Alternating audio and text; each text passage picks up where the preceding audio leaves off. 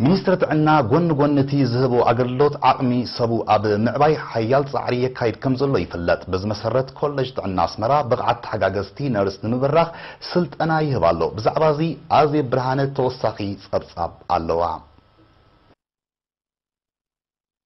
ኮሌጅ ጥዕና አስመራ ዓቕምን ብቕዓትን ኣብ ዝተፈላለየ ትካላት ጥዕና ብስራሕ ተዋፊሮም ዝጸንሑ ተሓጋገዝቲ ነርስ ንምዕባይ ናይ ላዕለዋይ ዲፕሎማ ፕሮግራም ትምህርቲ ይህባሎ ኣብቲ ኮሌጅ ሓላፊ ቤት ትምህርቲ ነርሲን መምህር ዓንዶም ዮሃንስ ምስ ኤሪና ብዝገበሮ ቃለ መሕተት እዚ ብዓይነቱ ናይ ፈለማ ዝኾነን ኣብ ዝሓለፈ ወርሒ ለካቲት ዝተጀመረን ስልጠና ብምትሕብባር ሚኒስትሪ ጥዕና ምስ ኮሚሽን ላዕለዋይ ትምህርቲ ዝተወደበ ኮይኑ ካብ ዝተፈላለየ ዞባታት ሃገርና ዝመጹ 139 ሰልጠንቲ ይሳተፍዎ ከም ዘለዎ ሓቢሩ ሚኒስትሪ ጥዕና ጎንጎንትን ዝህቦ አገልግሎት ብዓይነትን መጠንን ንምዕባይ ዘካይዶ ዘሎ ጻዕሪ ኣብ ዓቕሚ ሰቡውን ወፍሪ ይገብር ከም ዘሎ ዝጠቐሰ መምህር ዓንዶም እዚ ሕጂ ዝወሃብ ዘሎ ትምህርቲ ኣብ ዓውድታት ስነ አእምሮ አገልግሎት ህዝባዊ ጥዕና ከምኡውን ሕክምና ዓበይትን ህፃናትን ዘተኮረ ምዃኑ ኣረዲዩ ብቐንዱቲ ዓላማ ናይዚ ፕሮግራም እዚ ሚኒስትሪ ጥዕና ነቲ ዓባይታት ዘሎ ክንክን ጥዕና ንምምሕያሽ ኢሉ ዘውፅኦ መደብ ማለት እዩ ስለዚ እዚኦም ንነዊሕ ግዜ ብኣሶሺየት ነርስ ዲግሪ ሌቨል ክሰርሑ ዝጸንሑ ናብ ዲፕሎማ ኣብ ግሬድ ጌርካ ዝያዳ ነቲ ዓባይታት ዘሎ ክንክን ጥዕና ወይ አገልግሎት ጥዕና ከመሓይሽዎ እዮም ዝብል ትጽቢት ናይቲ ኮሌጅ ናይቲ ሚኒስትሪን ማለት እዩ ብኸምኡ ዕላማ እዮም ከዓ ሕጂ ናብ ትምህርቲ መጽኦም ብፍልጠትን ብግብራውን ዝተሰነየ ትምህርቲ ተዋሂቦም ተመሊሶም ናብቲ ዝነበርዎ ናይ ጥዕና አገልግሎት ነቲ ዝነበረ ጥዕናዊ አገልግሎት ከመሓይሽዎ ይትጽቢት ናይቲ ሚኒስትሪ ይኹን ናይዚ ኮሌጅ ሰልጠንቲ ኣብ ዝሃበዎ ርእይቶ እቲ ትምህርቲ ዓቕሞም ኣብ ምብራህን ኣካዳሚያዊ ደረጃኦም ከብ ኣብ ምባልን በቲ ሓድሕድ ተመክሮ ኣብ ምልውዋጥ ድማ በቲ ካልእ ኣበርክቶ ከም ዘለዎ ብምሕባር ቀጻልነቱ ክወሓዝ ተላብዮም ካብቲ ዝጸንሐና ቅድሚ ሕጂ ናይ ቅድሚ ሕጂ ዓቕምና ትሑት ይጸኒሑ بدرجة أصيل نرس تحققت إن صريحنا حججن نعمل نرس ديوناس زبلة وين ما زعبه مويا حجنا نخن كيدنا نعمل له مالتي مسألة كسرنا نخلو إزبل أنا نتي كمان زي بوص حسب بوص حمو أبزلا على وين ما نتي خجل قلت أنا حفت بايتاس كم حيشو ثم بقى توزلس ناب قرب استيكون زبلة حس زبلة حزب زقل قالوا كون سلطنت ممهران بوغنم تقداسنتن نطف تساتفو سلطنت زناد مخانو تقيسوم تعدل امويوم نزلو عبيتن فقرن زنطر كوينو كم زرخبو حبيروم مسرت حيزوم يمزمطو زلو نفسرح توافيرهم سلازنبرو حجي نتزنبروم نمعباي سلازخوني دحن تقداسنت الله ازيم قدساتيو نتسرح سلازنبرو اب لممد كخدو خلون صبو انفتات سلازصنحم إيدهم نخزري أخذ حجزة سنبون سلطة أعبيهم بزحشين خجل قلوا وين صار مالتي تقدسنا نايزم تمهرو بتعمي لعلي كابزي قدمنا زمهرنا يوم كسب حجي أتحزنا رئالنا نزي زلهم سفح زبالة نايت مرتنهبو بتعمي صبغ تقدسنا تلهم أب كلوتي نقبر لهم إيفالوشن سناي فتناتاتون بتعمي صبغي أتي زنبرم حسرت ناي فلتاتات أبز تمرت زيادة بجبر سلازريو نبحجي بتعمي زلع عليه من محياش ويا مويوم بتعم عاب حاجز كله اللي إدامن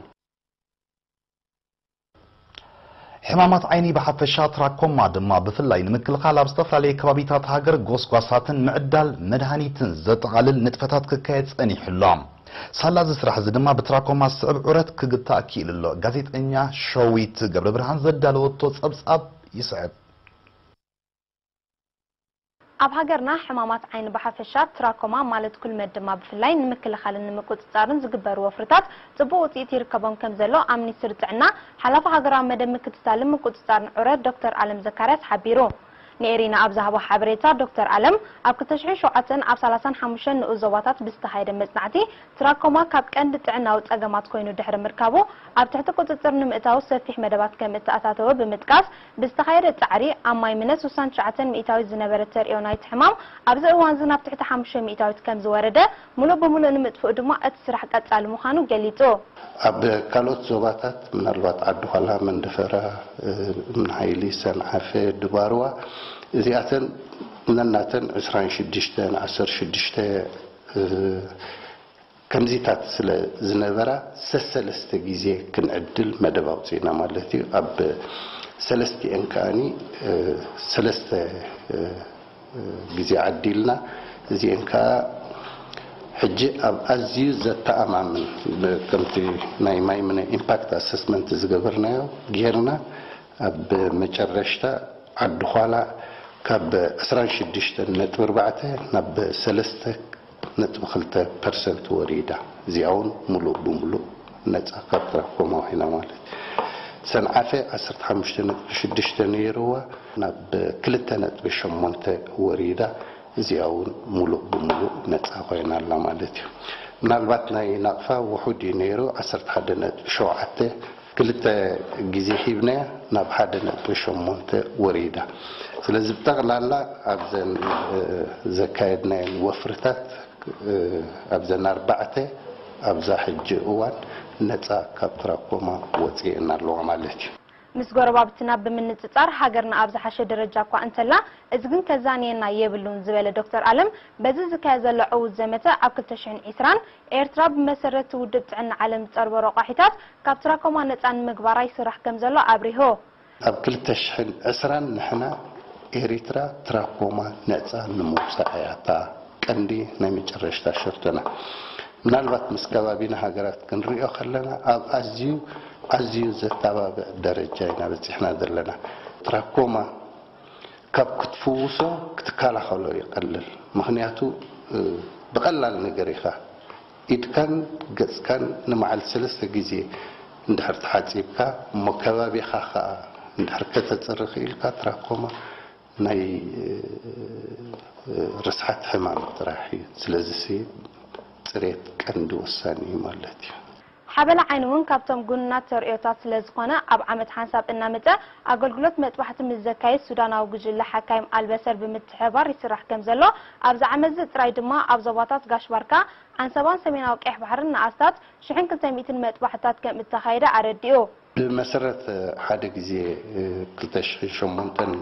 መጽናዕቲ ዝተገብረውን ብውሑዱ ኣብ ኤሪትራ ኣብ ዓመት በዚ ካብ 3000 ክሳብ 4000 ዝኣኽሉ ይዓውሩ ማለት እዩ በዚ ሓበላ ሕጂ ነዚ እንድሕር ክንቋፃፀሮ ኮይና ኣብ ዓመት ክሳብ 8000 መጥባሕቲ ናይ ሓበላ ዓይኒ ክንገብር ኣለና ሕጂ ዞም ዝተፈላለዩ ማሕበራት ንበሎም ወይ ሓገዝ ዝመፁ መጥባሕታት ዘካይዱ ሓደ ነዚ ንምሕያል እዩ ነቲ ዘለና ጻዕቂ ንምሕያል እዩ ብኻልኣይ ደረጃ ከኣኒ ምናልባት ኣብቲ ተመክሮ ምልውዋጥውን ቀሊል ኣይኮነን ንኣብነት ቁርብ ምዕብል ዝበለ መሳርሒታት ዝምፅዎ ኣለዉ ምስቶም ናሕና ሓካይም ኮይኖም ናይ ሓባር ስራሕት የካይዱ ብፍላይ ኣልባሳር ዝበሃል ናይ ሱዳን ማሕበር ከኣኒ ዳርጋ ንመበል 7 ዓመቱ ዳርጋ ዓመት እናመፀ ንኣብነት ኣብዛ ዓመት እዚኣ ክሳብ 1200 ዝኣኽሉ ናይ ሓበላ መጥባሕታት ኣካይዶም ቅድሚ ናጽነት ኣብ ሃገርና ሓንቲ ሕክምና ዓይንን ሓደ ሓኪምን ጥራይ ዝነበረ ኣብዚ ግዜ ዝኣኩለን ዞባታት ኣገልግሎት ዝህባ ቀወምቲ ትካላት ሕክምና ዓይን ከም ዘለዋ ከምኡውን ዕውረት ንዘስዕቡ ከም ሓበላ ትራኮማ ግላኮማን ካልኦትን ኣብ ምክትታልን ምፍዋስን ወፍርታት ከም ዝካየድ ይፍለጥ ቤት ትምህርቲ ወርሳ ይከኣሎ ናይ ካልኣይ ደረጃ ኣካዳሚያዊ ትምህርቶም ንምዝዛም ንሳዋ ዝወረዱ ኣባላት መበል 31 ዙርያ ሃገራዊ ኣገልግሎት ብምቕባል ናይ ዓመተ 2017-18 ኣካዳሚያዊ መደባታ ብወግዕ ጀሚራ ርዕሰ መምህር ካልኣይ ደረጃ ቤት ትምህርቲ ወርሳ ይከኣሎ መምህር ቀሊት ግርማይ ብምኽንያት ምጅማር ትምህርቲ ብ21 ነሐሰ ምስ ተምሃሮ ኣብ ዝገበሮ ርክብ ተምሃሮ ኣቐዲሞም ኣብ ኣብያተ ትምህርቶም ሳላስ ተዋህቦም ሓበሬታ እኹል ኣፍልጦ ደሊቦም ምጽንሖም ኣብ ገስጋስ መደባታ ቤት ትምህርቲ እወታዊ ኣስተዋጽኦ ከም ዘለዎ ብምጥቃስ ሰናይ ምጅማር ተመኒሎም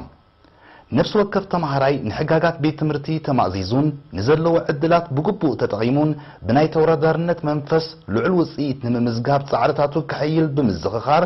ድልውነት ቤት ትምህርትን መምህራንን ንዝበለጸ ውጽኢት ኣረጋጊጾም ተማሃሮ ብወገኖም ንምሕደራን ስርዓተ መምሃርን ምስ ተማሃርን ቤት ትምህርቲ ወርሳይ ካእሎ ዝምልከት ሕቶን ርእይቶን ብምቕራብ ተዋሂቦም ዘሎ ዕድል ኣብ ረብሖም ንምውዓል ኣበርቲዖም ከም ዝስዕሩ ገሊጾም ካልኣይ ደረጃ ቤት ትምህርቲ ወርሳይ ካእሎ ሳዋ ኣብዚ ዓመት እዚ 78 ናይ ኣርት 96 ድማ ናይ ሳይንስ ብጠቕላላ 174 ሴክሽናት ሒዛ ተበጊሳ ከም ዘላ ሰነዳታ ይሕብሮም ትምህርቲ ምምራሕ መኪና ምስ ድሕነት ህይወትን ንብረትን ስለ ዝተኣሳሰር ኣብ መስርሕ ትምህርቲ ምምራሕ መኪና ምዕባይ ኣፍልጦ ተማሃሮ ዝዓበየ ቆላሕታ ክወሃቦ ከም ዝግባእ ኣየማትእን ብዛዕባ እዚ ፎርቱና ዓንዶም ዘዳለወቶ ጸብጻብ ገረ መስቀል ገረዝግሄር ከቕርቦ እዩ ኣብ መስርሕ ትምህርቲ ምምራሕ መኪና ሓፈሻዊ ኣፍልጦ ተማሃሮ ክምባል ዝዓበየ ቆላሕታ ከም ዝወሃቦ ኣብ ሚኒስትሪ መጓዓዝያን መራኸቢታትን ሓላፊ ውጥንን ምደባን ጨንፈር መጓዓዝያ ምድሪ ኣቶ ዮሐንስ ገብራይ ገሊጹ ትምህርቲ ምምራሕ መኪና ኣብ ኤርትራ ናይ ልዕሊ 80 ዓመታት ዕድመ ከም ዘለዎ ዝጠቐሰ ኣቶ ዮሐንስ ኣብዚ ግዜ እዚ ኣብ መላእ ሃገር ብጠቕላላ 142 ብብሕቲ 15 ድማ ብመንግስታውያን ትካላት ዝውንና ኣብያተ ትምህርቲ ከም ዘለዋ ብቕዓት ዝህቦ ኣገልግሎት ንምዕባል ድማ ኣብ ምስልጣን መማህራን ምሕታም ንመማሃሪ ዘገልግል ጽሑፋት ከምኡውን ምሕዳስ ንመማሃሪ ዘገልግላ መኻይን ዝኣመሰሉ ንጥፈታት ከም ዘካይድ ኣብርሆም እዚ ጽሕፈት እዚ ነዘን ኣብያተ ትምህርቲ ንምእዛን ካብ ነዊሕ ዓመታት እዩ ሰርሓሉ ጸኒሑ ማለት እዩ ብፍላይ ካብ 2007 ዓመተ ምህረት ጀሚሩ ግን ነዘን ነበራት ኣብያተ ትምህርቲ ብፍላይ ነቶም መማህራን ማለት እዩ ብቕዓቶም ክብ ንምባል ፕሮፌሽናሊዝም ዝበሃል ንምዕባል ሰለስተ ናይ ቴክኒክ ምምራሕ መኪና ዝምልከት መጽሓፍትን ተማሃራይ ዘገልግል መጽሓፍትን ንምትርጓም ማለት እዩ ነቲ ትምህርቲ ካሪኩለምድ ንኽኸውን ስዒሩ ነቶም ነባራት ኣብ ክልተ እብሪ ንምዋር ማለት እዩ ስልጠና ብምሃብ ናይ መምህር ሰርቲፊኬት ዓዲሉ ማለት እዩ ድሕሪ ስልጠና ዝምሃብ ማለት እዩ ቅድሚ ሕጂ ተራእዩ ዘይፈልጥ ናይ ክልተ ሓሳብ ትምህርቲ ኣክፍሊ ብምግባር ዘን ኣብያተ ትምህርቲ ናይ ክልተ ሓሳብ ትምህርቲ ብግቡእ ክህባ ጀሚረን ማለት እዩ ሕጂ ኣብዘን ኣብያተ ትምህርቲ እዚአን መምህር ኮይኑ ዘገልግል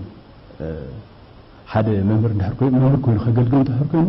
ብቕዓት ናይ መምህር ቲኦቲ ትሬኒንግ ኦፍ ትሬነርስ ዝበሃል ክወስድ ክኽእል ኣለዎ ማለት እዩ መምህር ከም ዝኾነ ሰርቲፊኬት ምስ ወሰደ ጥራይ ዝምህር ማለት እዩ ክሳብ ሕጂ 7 ዙርያ ኣሰልጢና ሻማይ ዙርያ ከዓ ሕጂ ኣብ ምስልጣን ተዳሊና ኣለና ማለት እዩ እዚ እቲ ሓፈሻዊ ነዘን ኣብያተ ትምህርቲ ንምእዛን ተባሂሉ ዝተገብረ እዩ ማለት እዩ ምቁፃርን ዝምልከት ግን ብዙሕ ኣገባብ ምቁፃር እኳ እንተሃለወና እቶም ተደጋጋሚ ንጥቀመሉ ምቁፃር ገለ ንምጥቃስ ግን ብመጀመርያ እቲ ምቁፃር ካብ ምንታይ ዝጅምር ካብ ፋይል ምኽፋት ናይ ተማሃራይ ዝጅምር ማለት እዩ ሓደ ተማሃራይ ክበሃል እንድሕር ኮይኑ ፋይል ክኸፍት ኣለዎ መጓዓዝያ ምድሪ ፎርም መሊኡ ናብ ሕክምና ከይድ ኣለዎ ሓኪም ብቑዕ ምስ በሎ እታ ታሴራ ናይ ተማሃራይ ምስ ሓዘ ካብዚያ እዩ ብቑዕ ተማሃራይ ዝበሃል ማለት እዩ ካብዚያ ግዜ እዚኣ ጀሚርካ እዚ ተማሃራይ እዚ ብኩሉ መገዲ ከይብደል ምክትታል ይግበረሉ ከይዕመፅ ከይብደል ግዜ ብገንዘብ ብኩሉ ማለት ከይብደል ምክትታል ይግበረሉ ማለት እዩ ትምህርቲ ምምራሕ መኪና ምስ ድሕነት ህይወትን ንብረትን ዝተኣሰረ ስለ ዝኾነ ኣብያተ ትምህርቲ በቲ ግቡእ መምርሕታትን ሕጋጋትን ተቐይደን ንኽሰርሓ ንሕልና ጥራይ ዝግደፍ ከም ዘይኮነ ዝሓበረ ኣቶ ዮሐንስ ዘይቅቡል ኣገባብ ምስ ዝርእዩ ተምሃሮ ነቲ ምስ መጓዓዝያ ምድሪ ዘሎ ክፉት ናይ ሓበሬታ መስመር ተጠቒሞም ብዝቐልጠፈ ክሕብሩ ኣዘኻኺሮም ትርጉም ሓደ ጂሮ ዝበሃል ንምንታይ ዝኽፍል ተምሃራይ ጂሮ ንብላ እንታይ ማለት ከም ዝኾነት ኣብነት ሓንቲ ጂሮ ንብላ ብርሕቀት 5 ኪሎ ሜትር ብደቂቕ ድማ ክሳብ 20 ደቂቕ ትወስድ ማለት እዩ ነዚአን ኣብዚአን ዓመፅ ንኸይካየድ ግቡእ ምክትታል ዝግበር እንድሕር ዝኾነ ዓመፅ ተፈፂሙ ድማ ግቡእ ስጉምቲ ይውሰደሎ ማለት እዩ ካልእ ቅብልት ኣሎ ማለት እዩ ተምሃራይ ናይ ዝኸፈሎ ክፍሊት 3 ግዜ ቅብልት ናይ ምሕታትን ናይ ምቕባልን መሰል ኣለዎ ማለት እዩ እዚ ክልተ ሓሳብ ምስ ወደአ ናይታ ናይ ክልተ ሓሳብ ቅብልት ይሓትት ትቕበል መሰናኽል ምስ ወደአ يحتى تقبل ما كتب مسودها يحتى تقبل أبزي زخفلو كفلت مسنا يقبل سواه بود حفل اللي على لوحنا تلبط من مساخري سلزخوني بحكي كحتى تقال مالتي كذا إذن أبيات تمرت زين على عمد كل تجزي performance evaluation يقبل لنا مالتي بتيج أنفر مالتي معناته الحقنا تاينا نقول 7 حتى بيتمرت خاطر مهارة 7 كتحلف كتقال لحر كابزي 7 زي حلفة بدرجات አለው ገሊው በመጠንቀቅታ ዘሐልፋሉ ገሊው በገንዘባሉ ገሊኻ በጊዜ ዝውሰድ ስጉምታት አለው ማለት ነው ለቤት ትምህርት ማለት ነው እዚ ካብቲ ገለ ዙቱር ዝሆነ ንምቁጽጻር ተባሂሉ ንጥቀመሉ አጋባቲ ማለት ነው ኣብ ዝተፈላልየ ግዜ ካብ ተገልገልቲ ንዝቀርቡ ዘይግቡእ ታሪፍ ከፊልና ትኬታት በብዝሕ የግዙኡና ግዜ የናውሕልና ዝብሉን ካልኦትን ቅሬታታት ብዝምልከት ድማ እቲ ዝያዳ ታሪፍ ምሕታት ቀጥታዊ ስጉምቲ ከም ዝውሰደሉ ብዝሕ ትኬት ምግዛእ ዝምልከት ግን ናይ ብቕዓት ጉዳይ ስለ ዝኾነ ብኮሚቴ ተራእዩ ውሳነ ከም ዝውሃቦ ብምንጻር ሓደ ተምሃራይ እንተነውሐ ኣብ ሓደ ዓመት ከጉድእ ዝብል ሓፈሻዊ ኣሰራርሓ ከም ዘሎ ኣረዲኡ ሓላፊ ውጥንን ምደባን ጨንፈር መጓዓዝያ ምድሪ ኣቶ ዮሐንስ ገብራይ ኣብ መወዳእታ ሓንቲ ትካል ኣብ ዓመት 240 ተምሃሮ ጥራይ ብግቡእ ከተምህር ከም እትኽእል ብመጽናዕቲ ከም ዝተረጋገጸ ድሕሪ ምሕባር ካብዝን ላዕሊ መሓዝ ዘየድሊ ጻዕቅን ምድረጋያትን ስለ ዝፈጥር ኣብያተ ትምህርቲ ብጽፉፍ ኣገባብ ምስራሕ ቀዳምነት ክህቦ ተላብዩ እዚ መጓዓዝያ ምድሪ ከስርሑ ዝኽእል ሕግን ሕጋጋትን መምርሕታትን ኣውጪኡ ይሰርሓሎ ማለት እዩ ተኾነ ግን እቲ ምቁጽጻሩን ኣብ ግብሪ የተግብረሎ ሕጂ ብመጓዓዝያ ምድሪ ዝግበር ምቁጽጻር እኳ እንተሃለወ ግን ብዘይ ምትሕብባር ናይ ህዝቢ